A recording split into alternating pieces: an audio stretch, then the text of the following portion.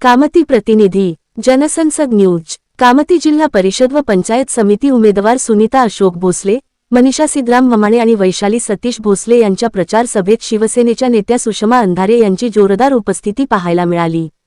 यावेळी उपनेते शरद कोळी, प्रकाश पारवे, संजय क्षीरसागर, अशोक भोसले, लिनराज वनमाने, विनोद भोसले आदी मान्यवर व्यासपीठावर उपस्थित होते। पंचक्रोशीतील नागरिक मोठ्या संख्येने सभेला उपस्थित राहिले। प्रसंगी सुषमा अंधारे यांनी विरोधकांवर चोफेर टीकास्त्र सोडत उमेदवारांना विजयी करण्याचे आवाहन केले। पटेल सारखे म्हणतात की आम्ही भाजप सोबत, आम्हाला भाजपच ठरवेल, भाजप आमच्या पक्षाचा निर्णय घेईल। काही ह्यांच्यातला एखादा बडा नेता भाजपच्या दारात सालगडी म्हणून काम करतोय का? आपला पहाडासारखा नेता गेला, त्या नेत्यासाठी न्याय मागायचा सोडून फडणवीसांच्या हो मध्ये हो ज्या अर्थी मिसळतात, त्या अर्थी आत्ता घरी म्हणून असणारे लोक हे घरीचे लोक आहेत की कमलाचे लोक आहेत? विचार करावा लागेल। तर मग आम्हाला उत्तर मिळतं की हे सगळे झाले कमलाचेच लोक दिसत आहेत। ह्यांनी जरी चिन्ह जरी घरी वापरलं असलं तरी हे सगळे कमलाचे आहेत। यांना यांची खुर्ची जास्त महत्वाची आहे आणि ती खुर्ची फक्त भाजप सोबत गेल्यावरच सुरक्षित राहू शकते असं यांना वाटते। त्यामुळे आत्ता घडीवरचा जो कोणी उभा राहिलेला माणूस असेल त्याला मत देणं म्हणजे पुन्हा भाजपची ताकद वाढवणं आहे, हे पहिल्यांदा नीट समजून घेतलं पाहिजे। भाजपचं ना आपलं काही बिनसलंय का? काही माझं काही फडणवीसांनी त्यांचं माझं काही बांधायला बांधय का? त्यांनी काय माझं काही धुरा एकर काही कोरून नेलाय काय? त्यांनी काही माझ्या केळी नारळाच्या बागा तोडल्यात का? तर तसंही अजिबात नाही। मग मला एवढा राग कसला येतोय? BA झालं, MA झालं, BEd झालं, लॉ झाला, डॉक्टरेट झाले, एवढ्या 10-5 डिग्र्या मी घेतल्या। मला किती पैसे लय झालं, माझी परीक्षा फीस 100 रुपये ते 200 रुपये होती, है की नाही? काँग्रेसचा काळ होता, 100 रुपये 200 रुपये होती। आता भाजपचा अमृत काळ आला, फीस किती आहे माझ्या लेकराची? लाख रुपये, 2 लाख रुपये। आणि एवढं पटतंय तरी कसं कमलावर मारू वाटतंय? म्हणून म्हणतो मशाल मारायची, मशाल मारायची, मशाल मारायची म्हणून म्हणतो आम्ही। पटायला की नाही तुम्हाला? मला कोरोनाच्या काळात, महामारीच्या काळात तुमचा माझा जीव वाचला तो उद्धव साहेबांमुळे, हे फार महत्वाचं आहे। आणि जेव्हा तो माणूस आपल्या सगळ्यांचा महामारीतनं जीव वाचवत होता तेव्हा त्या माणसाचा पक्ष फोडून त्याच्यातली 40 माणसं पळवून नेण्याचं कपट कारस्थान कोण करत होतं? कोण करत होतं?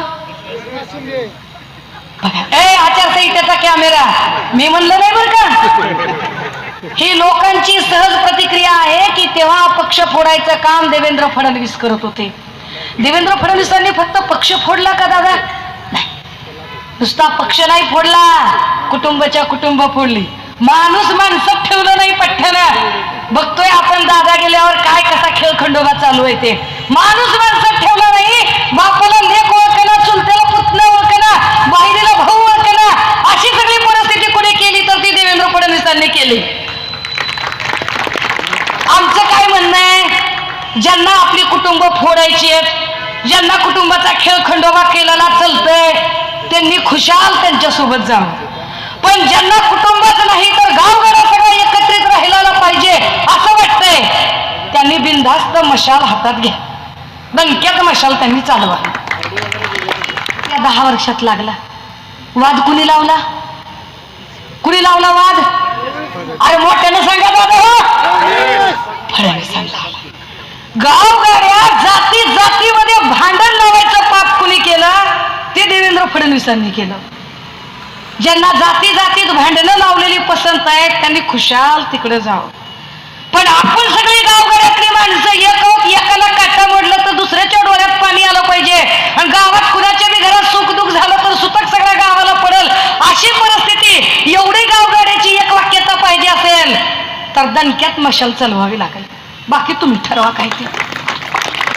आम्हाला संस्कृती नावाची गोष्ट काही शिल्लक ठेवता का नाही? संस्कार नावाची काही गोष्ट? अरे राजकारणात एवढी गलिच्छ पातळी कधीच आली नव्हती। एकमेकांना भांडणं, एकमेकांच्या शिवीगाळी, काय भाषा। आमदारच कॅन्टीन मध्ये भांडणं करतो, आमदारच म्हणतो मला नाश्ता नीट मिळाला नाही, हे असा टावेलवर येतो, दना दना दना दना दना फायटिंग ढिशूम ढिशूम ढिशूम ढिशूम करतो। एवढी तुला फायटिंग करायची अरे दादा, तर ही सगळी जी काही समाज कल्याणची वसतिगृह चालतात, त्या वसतिगृहामध्ये लेकरांना नीट अन्न मिळत नाही. अंगणवाडीतल्या लेकरांना जे पोषण आहार मिळतो तो नीट आहार मिळत नाही. तिथं दाखवा की तुमची मर्दुमकी काय ती. तिथं नियम दाखवा, तिथं कारवाई करा. त्याच्यावर काय करत नाही. स्वतःला खायला नीट मिळालं नाही म्हणलं की डिशुम डिशुम करतोय. ही संस्कृती नव्हती. ही महाराष्ट्रात कधीही संस्कृती नव्हती. महाराष्ट्रात असं कधीच झालं नव्हतं. जरा काय झालं की हिंदू खतरे में. आईला 70 वर्ष काँग्रेस होती राजकारणात, तेव्हा हिंदू खतरे में नव्हता. आणि आता हिंदुत्ववादी म्हणणारे आले सत्तेत आणि हिंदू खतरे में. आता हिंदुत्ववादी हिंदू पंतप्रधान झाला आणि तरी जर हिंदू खतरे में असेल तर पंतप्रधान मुस्लिम करावा का? मग नेमकं चाललंय काय? हे कुठून आणि कधी आलं आणि कसं आलं हे पेव आपल्याकडे नव्हतं राजे हो. आम्ही एक सुसंस्कृत राजकारण उभं करू इच्छितो, जे आता मला सांगा, तुमच्याकडे पोलीस स्टेशन आहे का? ऐक नाही. अरे भया पोलीस स्टेशन आहे, चिकार पोलीस असतील. आता मी बोलायले म्हणल्यावर इकडं तिकडं कुठतरी पोलिस बंदोबस्तात असतील, आहे की नाही? म्हणजे पोलीस आहेत. मग एवढे मोठे पोलीस आहेत म्हणल्यावर तुमच्याकडे दारूचा एक बी धंदा नसेल. आता कसं करावं? मग मटक्याचा धंदा नसेल, ते बी आहे. मग पोलीस काय करायलेत बरं इथं? हा, पोलिसांना भेट नाहीत. म्हणजे काय होतं? हे जे सगळे एकाकट छक्का दुरीकट सत्या तिरीकट आट्या चौकाकट नौका ओपन जीव देना क्लोज झोपू देना, हे सगळं कुणी पोलिसांना दिसत नाही. वाळूचा ठेका पोलिसांना दिसत नाही. पोलिसांना दिसतं. पोलिसांना सगळं दिसतं. मग तरीही पोलीस ऍक्शन का घेत नाहीत? तर पोलिसांना तुम्ही ऍक्शन का घेत नाही असं विचारायला एक जबाबदार खात्याचा मंत्री लागतो. पोलिसांचं खातं म्हणजे गृह खातं. गृह खातं कुणाकडे आहे दादा? देवेंद्र फडणवीस. पुन्हा तिथंच बरं का, बघा आपण घुमून फिरून तिथंच येतोय. पोलीस खातं कुणाकडे? देवेंद्र फडणवीसांकडे आहे. मग फडणवीस का बरं त्याच्यावरती ऑर्डर करत नसतील? तर फडणवीसांना वेळ नाही. का वेळ नाही बरं फडणवीसांना? कशात बिझी आहेत फडणवीस? कशात बिझी आहेत? फोडाफोडी करण्यात बिझी आहेत. दुसऱ्याचे पक्ष फोडायचे, दुसऱ्याची कुटुंब फोडायची, दुसऱ्याची माणसं पळवायची. वडाची पानं पिपळाला, पिपळाची पानं वडाला, वडाची पानं पिपळाला, पिपळाची. दुसरं कामच नाही, स्वतःच काहीच नाही. आपण सांगू शकतो की नाही की शरद पवार साहेबांनी कोणाला घडवलं? आपण सांगू शकतो ठामपणे. शरद पवार साहेबांनी वळसे पाटलांना घडवलं, त्यांनी हसन मुश्रीफांना घडवलं. हे आता जे तटकरे पटेल जे पक्ष चोरायला बघतात त्यांना बी त्यांनीच घडवलं. शरद पवारांनी अनेक नेते घडवले. दादांसारखा कर्तृत्ववान नेता पवार साहेबांनी घडवला.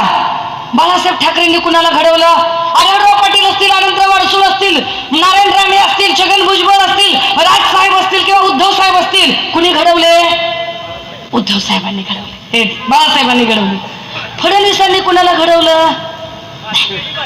फडणवीसांनी माणसं घडवली नाही. फडणवीसांनी माणसं चोरली माणसं चोरली.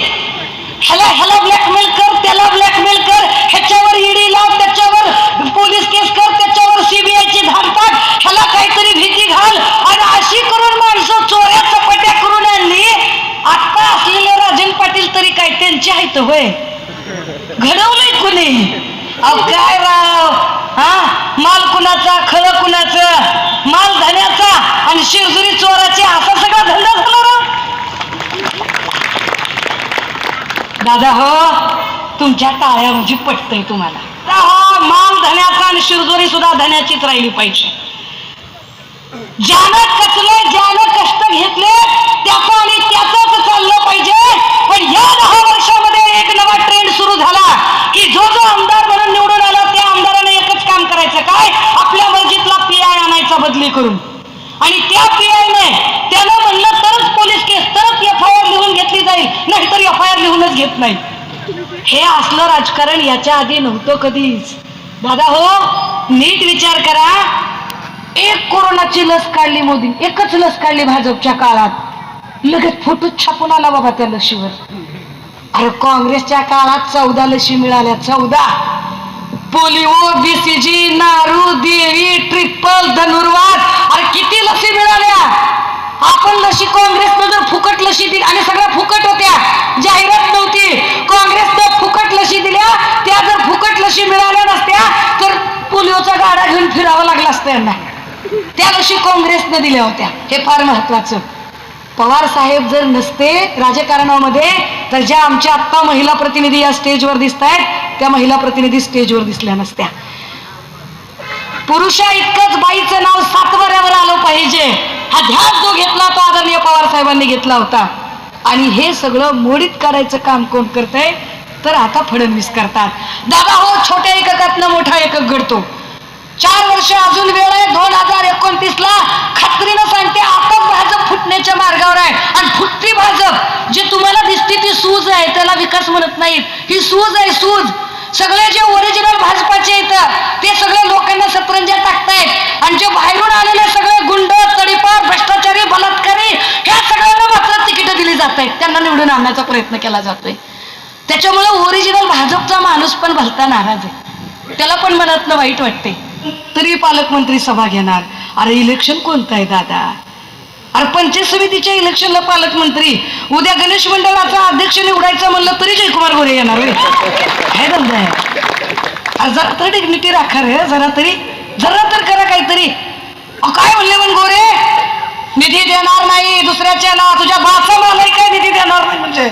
हा, निधी देत नाही म्हणजे काय करतोय? जेव्हा तुम्ही मंत्रिपदाची शपथ घेतात तेव्हा सांगितलेलं असतं की मी भारतीय संविधानाला स्मरून शपथ घेतो की माझ्या निदर्शनास आणून दिलेली कुठलीही बाब सोडवत असताना कुणाबद्दलही अधिकचा आकसभाव किंवा अधिकचे ममत्व बाळगणार नाही, आणि अत्यंत पारदर्शकपणे आणि निरपेक्षपणे मी ते काम पूर्णत्वास नेईल. आणि हे जर कळत नसेल तर गोरे राजीनामा द्या, खाली उतरा. कळत नसेल कायदा तर हे कुणाला धमक्या देत आहे? निधी देणार नाही. निधी कसा कोण देत नाही? नरडीवर पाय ठेवून निधी घ्यायचं कळतंय आम्हाला. बाई समजून हलक्यात घ्यायचं काही कारण नाही, अजिबात हलक्यात घ्यायचं नाही. वाटतंय काय त्यांना? या प्रतिनिधींवर एकदा विश्वास टाका. सत्ताधाऱ्यांना एक पाय तुटला म्हणून गोम लंगडी होत नाही, त्यांचा माज कमी होत नाही. पण एका जागेतनं तुम्ही निश्चितपणे गर्वाचं घर खाली करू शकताय. ज्यांना सत्तेचा प्रचंड गर्व झालाय, ज्यांना प्रचंड अहंकार चढलेला आहे, अशा अहंकारी लोकांना जर खाली आणायचं असेल आणि खऱ्या अर्थानं ज्या लोकांनी दादाचा घात काढला अशा सगळ्या लोकांना जर जागा दाखवायची असेल, होय मला वाटतंय की महाराष्ट्रातल्या एवढ्या मोठ्या कर्तृत्ववान नेत्याचा घातपात केलाय का काय? कारण त्याच्यावर कुणीच बोलायला तयार नाही. आणि त्यांच्या सोबत गेलेले ज्यांना दादांनी घडवलं तेही बोलायला तयार नाहीत.